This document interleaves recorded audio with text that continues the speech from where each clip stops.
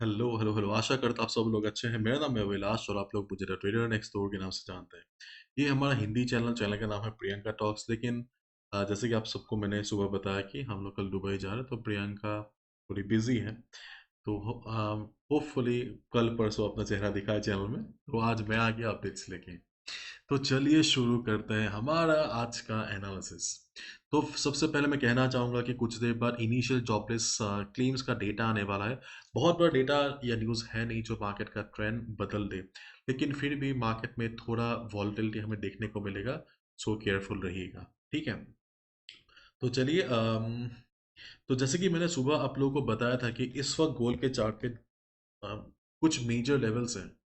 जैसे कि सबसे स्ट्रॉन्ग जो रेजिस्टेंस हमारे सामने गोल पे है वो है 2000 से लेके 2004 2004। ये सबसे स्ट्रॉन्ग रेजिस्टेंस है। लेकिन प्रॉब्लम क्या है? प्रॉब्लम है ये लेवल काफ़ी ऊपर है और फिलहाल करंट मार्केट प्राइस काफ़ी दूर है।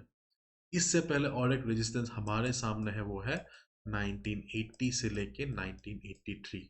सो ये दूसरा रेजिस्टेंस है गोल्ड के चार्ट पे। सबसे स्ट्रॉन्ग तो नहीं है लेकिन काफ़ी स्ट्रॉन्ग है। आप यहाँ पे एक अच्छा खासा ट्रेड एक्सपेक्ट कर सकते हैं। लेकिन 1980-83 ये जो बॉक्स है ये भी काफ़ी दूरी है करंट मार्केट प्राइस से। 2000 का लेवल हमने इसीलिए सिलेक्ट किया है क्योंकि यहाँ से मार्केट का ट्रेंड घूमा था, और सुबह मैंने आप लोगों को दिखाया भी था कि स्ट्रॉन्ग सेलर्स यहाँ पे बैठे हुए हैं in the form of contracts. 1980 में भी स्ट्रॉन्ग कॉन्ट्रैक्ट्स है। एंड उसके अलावा यहाँ पे हम देख सकते हैं कि पिछला जो सपोर्ट है वो यहाँ पे रेजिस्टेंस का भी काम करेगा।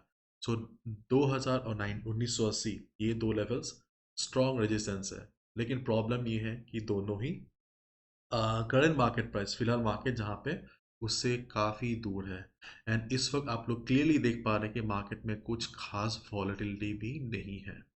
ठीक उसी तरह गोल्ड के चार्ट पे सबसे जो स्ट्रॉन्ग सपोर्ट है वो है 1930 से लेके 1931, 1930 से लेके 1931। क्यों? क्योंकि यहाँ से भी मार्केट का ट्रेंड बदला था। सो हम एक्सपेक्ट कर सकते हैं कि अगर मार्केट में बहुत ज़्यादा सेलिंग प्रेशर आता है, 1930 मार्केट को फिर से पकड़ लेगा। एंड अलॉन्ग विद दैट हमने ये भी देखा था सुबह कि यहाँ पे गुड नंबर ऑफ कॉन्ट्रैक्ट्स है। सो ये भी एक अच्छा सपोर्ट है, लेकिन सेम प्रॉब्लम कि ये बहुत दूर है। तो अगर आप पोजिशनल ट्रेडर हैं, स्विंग ट्रेडर हैं, तो ऑब्वियसली आप चाहोगे कि आपका जो पोजीशन है वो 2 से 3 दिन या उससे ज़्यादा चले। सो इन दैट केस आपका पोजीशन इन्हीं लेवल्स के आसपास होना चाहिए।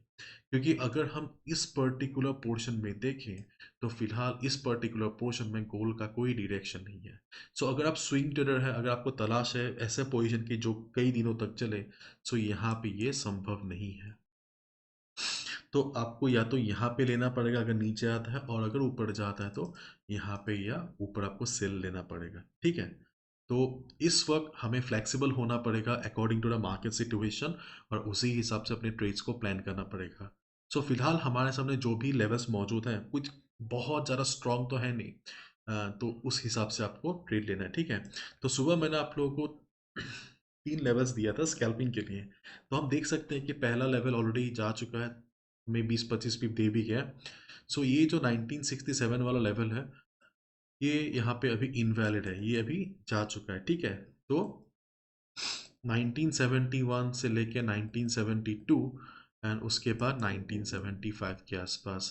तो अगर मार्केट का वॉलेटिलिटी ऐसा ही रहा तो इन दो लेवल्स पे मार्केट को ऑब्जर्व कीजिएगा। अगर मार्केट यहाँ से घूमता है, अगर आप अगर आपको स्कैल्पिंग का अनुभव है तो आप 20 से 25 पिप के लिए एक क्विक सेलिंग अपॉर्चुनिटी यहाँ पे बन रहा है तो आप ले सकते हो। अगर आप बिगिनर हैं, आपको स्कैल्पिंग की कोई अनुभव नहीं है, तो in that case you can avoid. क्योंकि scalping is a hard form of trading. हमें ये स्कैल्पिंग बहुत अट्रैक्ट करता है, हमें लगता है कि भाई जल्दी घुसना है, जल्दी निकलना है, लेकिन स्कैल्पिंग के लिए भी 2 से 3 साल का अनुभव चाहिए। क्यों चाहिए मैं बाद में डिस्कस करूँगा, अभी मैं आप लोगों का टाइम वेस्ट नहीं करना चाहता। सो अगर मार्केट का वॉलेटिलिटी ऐसा रहा, मतलब स्लो रहा, तो इन दैट केस हम 1971-72 पे एक selling opportunity, quick selling opportunity 20 से 25 पिप का, और 1975 पे एक्सपेक्ट कर सकते हैं। सो मार्केट का वॉलेटिलिटी एक अहम भूमिका निभाएगा। एंड मोस्ट इम्पॉर्टेंटली अभी यूएस सेशन आने वाला है, और अगर इनिशियल जॉबलेस क्लेम्स के टाइम अगर मार्केट वॉलेटाइल होता है, चांसेस होने का हाई चांस है ये काम नहीं करेगा। क्योंकि देखिए मार्केट में तो बहुत लेवल्स होता है, लेकिन हर समय हर लेवल काम नहीं करता है। वॉलेटिलिटी वॉल्यूम का अहम भूमिका रहता है। एग्जाम्पल के तौर पे सपोज आप एक किसी घर में जाते हो, तो वहाँ पे एक बच्चा है, तो अगर आप बच्चे से बोलोगे जाओ बच्चे मेरे लिए थोड़ा पानी लेके आओ, एक गिलास पानी लेके आओ, एंड सपोज उस बच्चे का एज है करीबन 5 6 6 साल। तो अगर आप उससे पानी मांगोगे तो ऑब्वियसली वो पानी ले, हाँ, आपके लिए ले आएगा।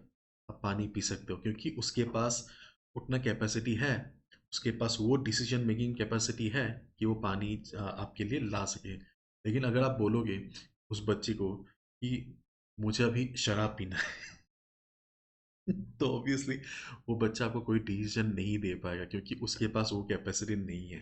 वो डिसीजन कौन दे पाएगा? उस बच्चे का बाप या पापा, है कि नहीं? तो हर मार्केट में लेवल्स है, तो लेकिन हर लेवल का कैपेसिटी अलग अलग होता है। ठीक है, काफी चीप एग्जांपल प्रियंका को गुस्सा आ जाएगा कि उसे पता चलेगा मैं ये सब एग्जांपल दे रहा हूँ।